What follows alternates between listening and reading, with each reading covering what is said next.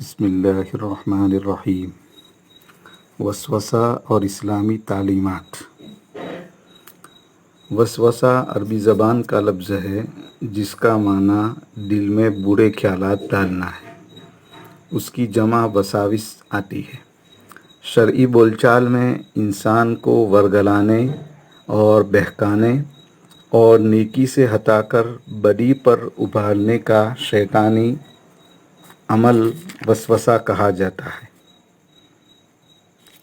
اللہ تعالیٰ کی طرف سے دی گئی قدرت و طاقت کے ذریعہ شیطان مسلسل جد و جہد کر کے انسان کے دل میں شر اور برائی کا خیال اور ارادہ ڈالتا ہے۔ شیطان جو کہ انسان کا ازلی دشمن ہے، اس کی بھرپور کوشش ہوتی ہے کہ انسان کو سکون سے نہ رہنے دے، اس لیے وہ ہر ایک کو اس کے حال اور ایمان کے مطابق وسوسے ڈال کر پریشان کرتا ہے۔ وسوسے کئی طرح کے ہوتے ہیں۔ بعض اوقات وسوسے گناہوں کے ہوتے ہیں کہ تم فلاں گناہ کر لو، فلاں ناجائز کام اور حرام کام کر لو، فلاں ناجائز بات سن لو، فلاں ناجائز بات زبان سے بول دو، وغیرہ وغیرہ۔ اور بعض اوقات ایمان کے بارے میں وسوسے پیدا ہونے لگتے ہیں کہ پتہ نہیں اللہ موجود ہے یا نہیں، یا اللہ تعالیٰ کے بارے میں جو باتیں ہم نے سنی ہے وہ درست ہے یا نہیں۔ سنن ابی داؤد حدیث نمبر 5112 میں ہے کہ ایک مرتبہ ایک صحابی نے نبی کریم صلی اللہ علیہ وسلم سے عرض کیا کہ یا رسول اللہ صلی اللہ علیہ وسلم، میں بہت پریشان ہوں، اور پریشانی کی وجہ یہ ہے کہ میرے دل میں بعض اوقات ایسے خیالات اور وساوس آتے ہیں کہ میرا ان کو زبان سے بیان کرنا جل کر کوئلہ ہونے سے بدتر ہے۔ یعنی اتنے برے خیالات آتے ہیں کہ میں جل کر کوئلہ ہو جاؤں، یہ مجھے زیادہ پسند ہے بنسبت اس کے کہ میں ان کو اپنے منہ سے ادا کروں۔ نبی کریم صلی اللہ علیہ وسلم نے عجیب جواب دیا۔ پہلے تو 3 مرتبہ اللہ اکبر کہہ کر اللہ کی کبریائی بیان کی، اور پھر یوں کہا دا کا صریح الایمان، یعنی یہ تو عین ایمان کی علامت ہے، خالص ایمان کی علامت ہے۔ پریشان نہ ہو، اس لیے کہ شیطان وسوسہ اسی شخص کے دل میں ڈالتا ہے جو مومن ہو اور جس کے دل میں ایمان کا سرمایہ ہو۔ ایمان موجود ہونے ہی کی وجہ سے تم اس کو اتنا برا سمجھتے ہو کہ جل کر کوئلہ ہو جاؤں۔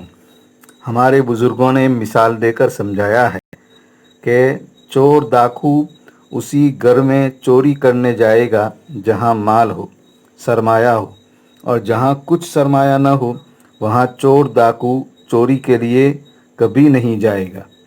خالی گھر میں جہاں کوئی مال نہ ہو وہاں کبھی وہ چوری نہیں کرے گا۔ گناہوں کے خیالات اور وساوس بار بار آتے رہیں تو اس پر جب عمل نہ کریں تو کوئی مواخذہ نہیں ہوتا، اللہ تبارک و تعالیٰ کی جانب سے کوئی پکڑ دھکڑ نہیں ہوتی۔ نمازوں میں اکثر خیالات آتے رہتے ہیں اور لوگ اس کی وجہ سے زیادہ پریشان رہتے ہیں، تو سمجھنا چاہیے کہ نمازوں میں جو خیالات غیر اختیاری طور پر آوے ان پر اللہ تعالیٰ کی طرف سے کوئی مواخذہ نہیں ہوتا۔ حدیث میں نبی کریم صلی اللہ علیہ وسلم نے فرمایا کہ اللہ تعالیٰ نے میرے خاطر میری امت سے ان تمام خیالات کو معاف فرمایا اور اس سے چشم پوشی کی جو دلوں میں آتے ہیں، جب تک میری امت ان پر عمل نہ کرے یا نہ بولے، یعنی عملی جامہ نہ پہناوے، صرف خیالات اور خیالات ہی باقی رہے، تب تک میری امت سے اللہ تبارک و تعالیٰ نے ان خیالات کے بارے میں چشم پوشی فرمائی۔ یہ حدیث مسلم شریف جلد 1 127 نمبر میں موجود ہے۔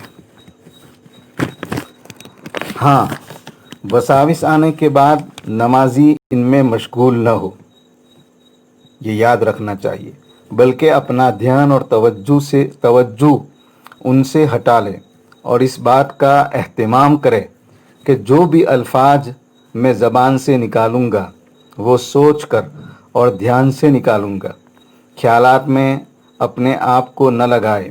یاد رکھیں، خیالات کی غیر اختیاری آمد مضر اور نقصان دہ نہیں ہے، ہاں ان کی آورد اور اختیاری طور پر ان کو لانا یا غیر اختیاری طور پر آنے کے بعد ان میں مشغول ہونا، یہ نقصان دہ اور مضر ہے۔ یہ تو وساوس کے بارے میں حکم شرعی ہوا۔ آگے ان وساوس کے میں کوئی آدمی مبتلا ہو تو شرعاً اس کے علاج کے لیے کیا رہنمائی کی گئی ہے، اس بارے میں کچھ علاج شرعاً بتائے گئے ہیں۔ ان وساوس اور برے خیالات سے بچانے کے لیے احادیث مبارکہ میں علاجاً دعائیں بتائی گئی ہے۔ اگر عقیدے کے بارے میں وسوسہ آئے تو آدمی آمنت باللہ و رسولہ پڑھ لے۔ اگر نماز میں کوئی وسوسہ آوے تو اعوذ باللہ من الشیطان الرجیم پڑھے۔ دیگر معاملات میں کوئی وسوسہ آنے لگے اور شیطان پریشان کرے، شکوک و شبہات میں مبتلا کرے تو لا حول ولا قوت الا باللہ پڑھ لینا چاہیے۔ وسوسہ کو دور کرنے کا ایک مجرب طریقہ اور علاج یہ ہے کہ فوراً جو خیال اور وسوسہ آتا ہے اس کو چھوڑ دے اور اس کی جانب بالکل دھیان نہ کرے، دوسرے کسی اچھے خیال میں اور اچھے عمل میں اپنے آپ کو لگا لے۔ جو خیالات آدمی کی مسلسل سوچ میں رہتے ہیں اور جن وساوس میں آدمی لگاتار پڑا رہتا ہے تو وہ خیالات اور زیادہ اور ہوتے رہتے ہیں، اور جب ان سے آدمی اپنی توجہ ہٹا لے گا تو وہ خود بخود دور ہو جائیں گے۔ ایک اور طریقہ،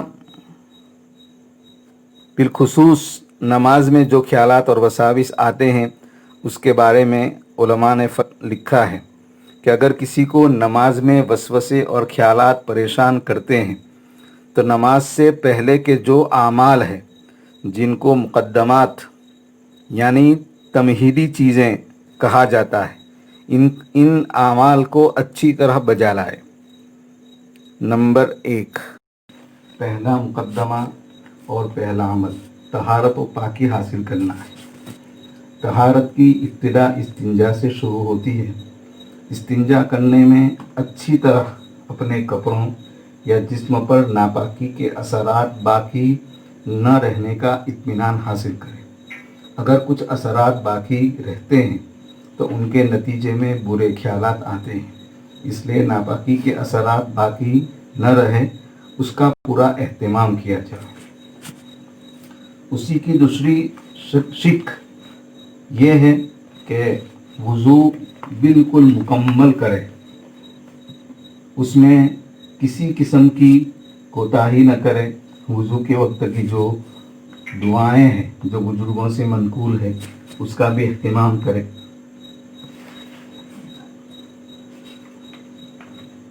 تیسرا جو عمل ہے وہ علماء نے یہ بتایا ہے کہ وضو کر لینے کے بعد تحیۃ الوضو یا تحیۃ المسجد کے نام سے جو نماز مشہور ہے وہ ادا کر لیں۔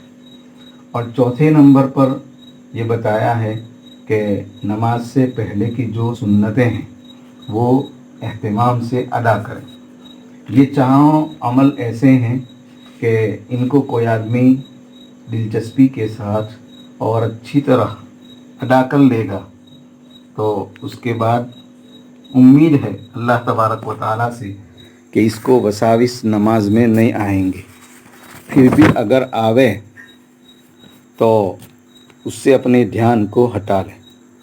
اللہ تعالیٰ سے دعا ہے کہ اللہ تعالیٰ تمام مسلمان کو، مومن مردوں کو، عورتوں کو وساوس شیطانیہ سے ان کی پوری پوری حفاظت فرما۔